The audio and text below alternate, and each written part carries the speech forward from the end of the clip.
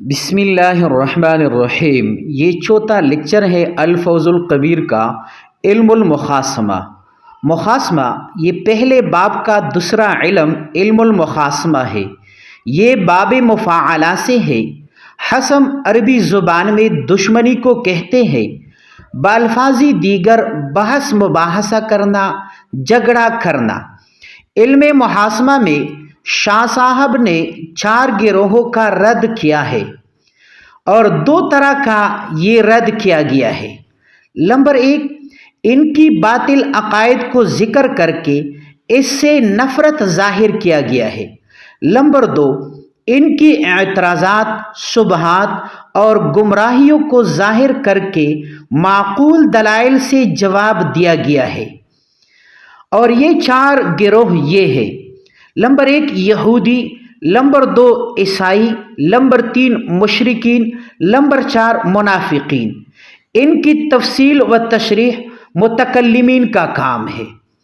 ان میں سے سب سے پہلے مشرکین کا رد کیا گیا ہے۔ مشرکین اپنے آپ کو حنفاء کہتے تھے۔ مشرکین کی چند خرابیاں: نمبر 1، مشرکین شرک کرتے تھے۔ نمبر 2، مشرکین تشبیہ کرتے تھے۔ نمبر 3، مشرکین دین ابراہیمی میں تحریف کرتے تھے، یعنی انہوں نے دین ابراہیمی میں تحریف کیا۔ نمبر 4، مشرکین آپ صلی اللہ علیہ وسلم کی بعثت کے منکر تھے۔ نمبر 5، حشر و نشر کے منکر تھے، یعنی بعث بعد الموت، یعنی مرنے کے بعد دوبارہ اٹھنا، اس کی بھی منکر تھے مشرکین۔ شاہ صاحب فرماتے ہیں کہ قرآن نے ان کے عقائد کا بہترین طریقے سے جواب دیا ہے۔ سب سے پہلے نمبر 1، سب سے پہلے شرک کو بیان کیا گیا۔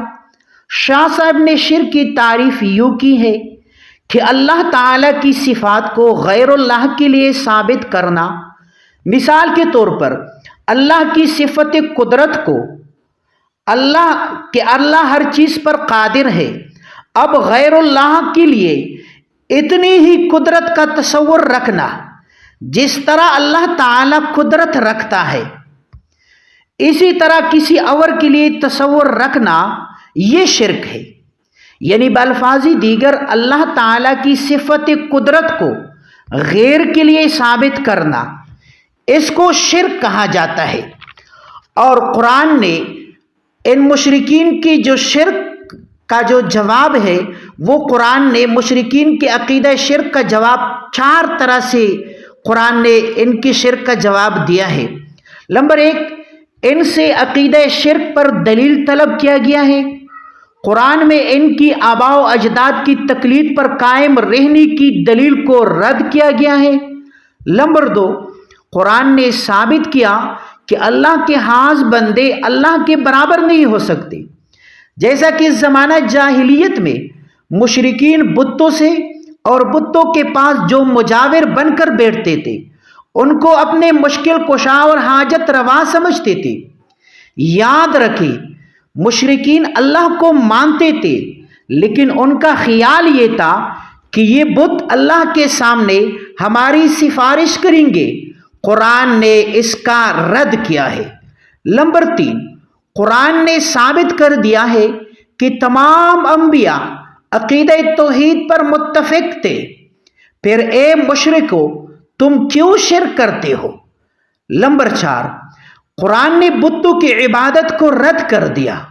قرآن نے یہ ثابت کر دیا کہ یہ تو پتھر سے بنی ہوئی ہے، یہ پھر خدا کس طرح ہو سکتے ہیں؟ نمبر 2، تشبیہ کی تعریف شاہ صاحب نے یوں کی ہے کہ غیر اللہ یعنی انسانوں کی جو مخصوص اوصاف ہے ان کو اللہ تعالیٰ کے لیے ثابت کرنا۔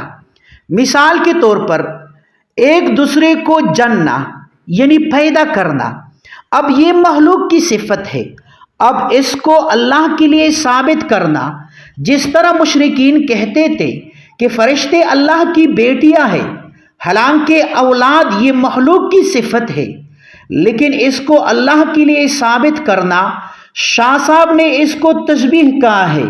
اس کا بھی رد کیا گیا ہے قرآن نے عقیدہ تشبیہ کا رد وہ 3 طرح سے کیا ہے۔ نمبر 1، تشبیہ پر دلیل طلب کیا گیا اور اپنے آباء و اجداد کی تقلید کی تردید قرآن نے کیا، یعنی ان کے جو آباء و اجداد تھے جو یہ کہتے تھے کہ ہم تو اپنے آباء و اجداد کی تقلید کرتے ہیں، کیونکہ ہمارے آباء و اجداد کا بھی عقیدہ تشبیہ کا تھا، اس وجہ سے ہم اس کی تقلید کرتے ہیں۔ قرآن نے اس کی تقلید کو رد کیا ہے۔ نمبر 3، باپ اور بیٹے کا ہم جنس ہونا ضروری ہے، لیکن یہاں جنس ایک نہیں ہے۔ اور اسی طرح نمبر 3، جو چیز اپنے لیے ناپسند کرتے ہو پھر اس کو اللہ کے لیے ثابت کرتے ہو، یہ تو سراسر ظلم اور ناانصافی ہے۔ نمبر 3، مشرکین دین ابراہیمی میں تحریف کرتے تھے۔ تحریف کے بارے میں شاہ صاحب نے لکھا ہے کہ مشرکین اپنے آپ کو حنفاء کہتے تھے، یعنی دراصل یہ اپنے آپ کو دین حنیف کے پیروکار کہتے تھے۔ دراصل حنیف اس شخص کو کہا جاتا ہے جو دین ابراہیمی پر قائم ہو۔ مشرکین بھی یہی سمجھتے تھے کہ ہم دین ابراہیمی پر عمل پیرا ہے، لیکن یہ محض ان کا خیال تھا، حالانکہ انہوں نے بہت ساری تحریفات کر دی تھی دین ابراہیمی میں۔ سب سے پہلے شاہ صاحب کے نزدیک دین ابراہیمی میں تحریف کرنے والا شخص عمر بن لحی تھا، جس کا تعلق قبیلہ بنو خزاعہ سے تھا، اور آپ صلی اللہ علیہ وسلم کی بعثت سے 300 سال پہلے اس نے تحریفات کا دروازہ کھولا اور ملک شام سے حبل بت لا کر بیت اللہ میں نصب کر دیا، یعنی بت پرستی کو رائج کیا۔